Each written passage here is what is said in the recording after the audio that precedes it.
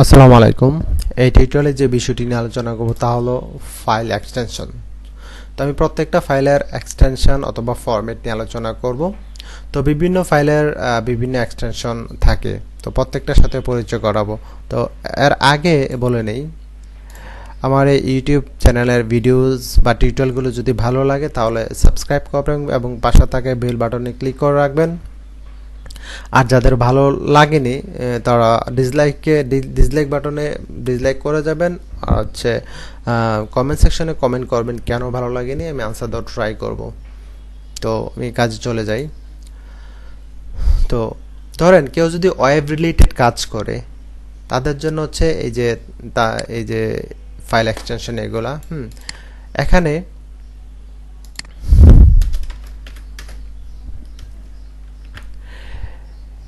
ধরুন এইচটিএমএল ফাইলের এক্সটেনশন অথবা ফরম্যাট হচ্ছে .html।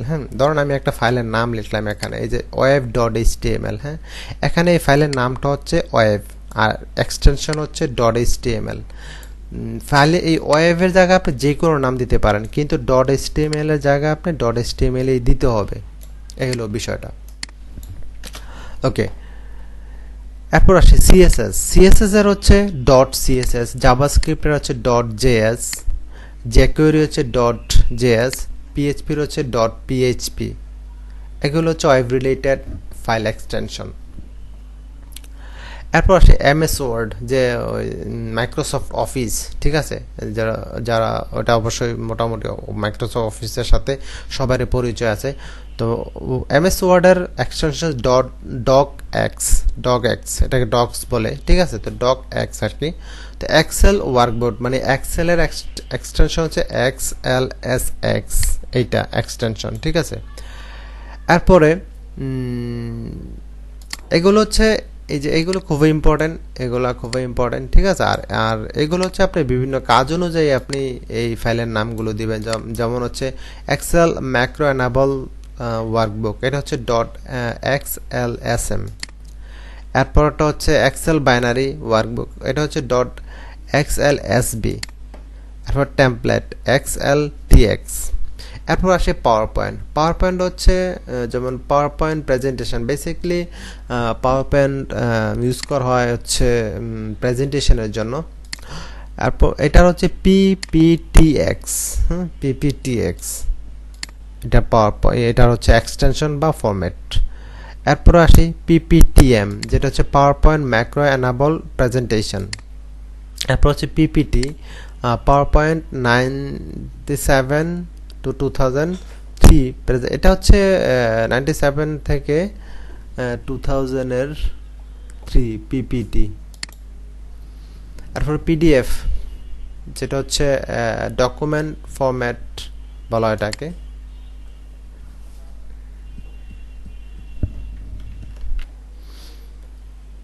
এরপর হচ্ছে অ্যাক্সেস এর হচ্ছে ACCDV। নোটপ্যাড হচ্ছে TXT।